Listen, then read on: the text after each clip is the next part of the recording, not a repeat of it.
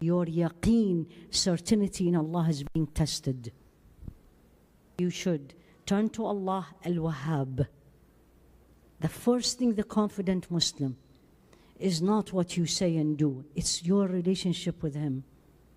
You turn to Him and says, Ya Allah, I don't want to do or say anything that's not pleasing to you. Show me how I'm going to handle this. With the certainty, that's the certainty of Sayyidina Sulaiman. He's listening. He will do it. He'll show you. He'll guide you. So Sayyidina Sulaiman, Allah subhanahu wa ta'ala gave him all what we all want in this dunya. When they wanted to lure him, the queen of Saba, Sheba, she wanted to sway him, right? قالت يا أيها الملأ أفتوني في أمري ما كنت قاطعة أمرا حتى تشهدون. She did consultation with her people. Says, okay, people, my people, tell me, what should I do? He sent me this letter and he wants us to be Muslims. And the people said, you decide, you are the leader. Now she used the trick that many of us get tested this day and age. She said, let me try this trick. I'm going to send him a gift. And what kind of a gift? She's the queen of Sheba. How did he respond? You do this.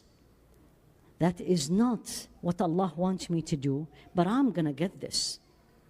So it's okay, let's do it just one time. I'm not the confident Muslim. What did he respond? أتمدونني بمال? You're trying to lure me with money? This is exactly how you read it. What? Do you think I'm going to change my mind because you're going to give me money?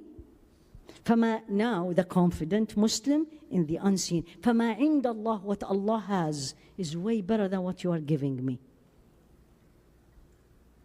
The confident Muslim is the Muslim who knows, or Muslimah, who knows عَيْنُ الْيَقِينِ. As you are seeing it, as you're seeing Jannah, not hearing or imagining, seeing that Allah, and I want everyone, if you're writing, write this statement, will never, ever let you down. As long as you are pleasing Him and doing what He wants you to do. And that's what He did.